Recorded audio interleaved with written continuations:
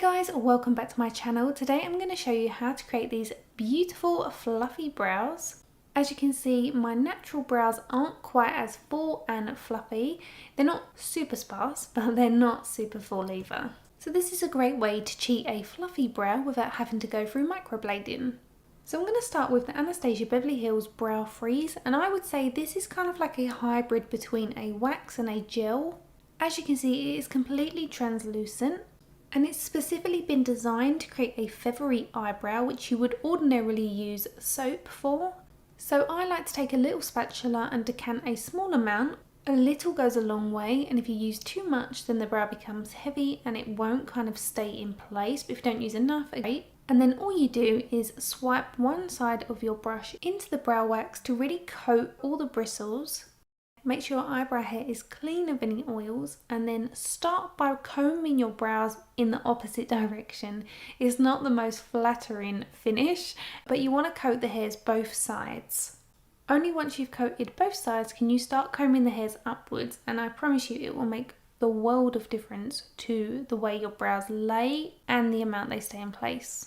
Another tip for this method is to be patient, so keep combing, because the more you comb them, the more they're going to listen to what you want them to do. I know that sounds really random. It's a bit like changing the parting on your hair. If you flip it over, it doesn't ordinarily lay that way, so the hair doesn't automatically want to lay flat. So what we're doing is taming the hair, and this can take a few goes to really get it to lay flat. You might also want to use your finger to press the hair down and then just give it a little comb over. And then we're starting to get a really good starting point for the fluffy eyebrows.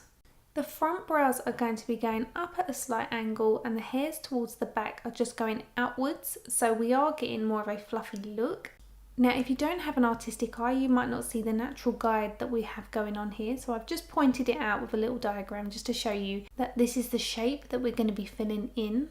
So if you have particularly coarse hair or super long hair and it falls outside the guide, then you might want to trim those hairs, but only the stragglers. You don't want to trim it all because we want that fluffy finish. My two favourite brow pens are the Urban Decay Brow Blade and the MAC Shape and Shade Brow Tint. However, there are an abundance of different pens out there. These are just my favourite because they have a tiny tip. Today I'm using the MAC Shape and Shade Brow Tint in the shade Fling, which is like a dirty blonde. And I like to start at the front of the eyebrow. A lot of people like to start at the back half. Whichever suits you. I find that I like to use a lighter hand at the very front, and then I can get fuller as we get towards the back of the brow. I like to start at the very base and flick upwards. As I work my way along, I'm starting to see the shape that I want to create. A tip is to use a super light hand when you do this, because you want the very end of the flick to be light so it looks like a hair. Once I've done the base all the way up to where the arch is, I then like to start flicking the hair at the front upwards to create the top half of the shape. Again, this needs to be really light because the front of the eyebrow is the most sparse, so that's why I'm creating more hair strokes there. And then I'm just adding small strokes in the outer half of the brow along the top where it's most sparse. But you'll find this particular area needs less work than the front because it is fuller than that front area. You'll want to change the direction of your flicks as we get towards the arch and the tail of the eyebrow. Just follow that natural direction that you've brushed the hairs. I personally like to add a little bit more definition to the tail, just so it comes down to a bit more of a point. For me, that makes it look more defined. I want the brows to look fluffy, but I don't want them to look scruffy.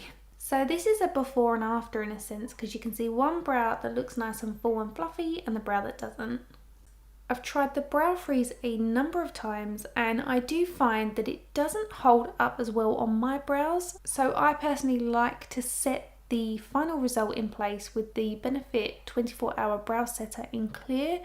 This one stays in place until I take it off. It wouldn't be as good at holding my brows up in this position on its own without the brow freeze, but the combination of the two for me work perfectly. So I'm going to recreate the same look on my second brow. I'm going to allow you to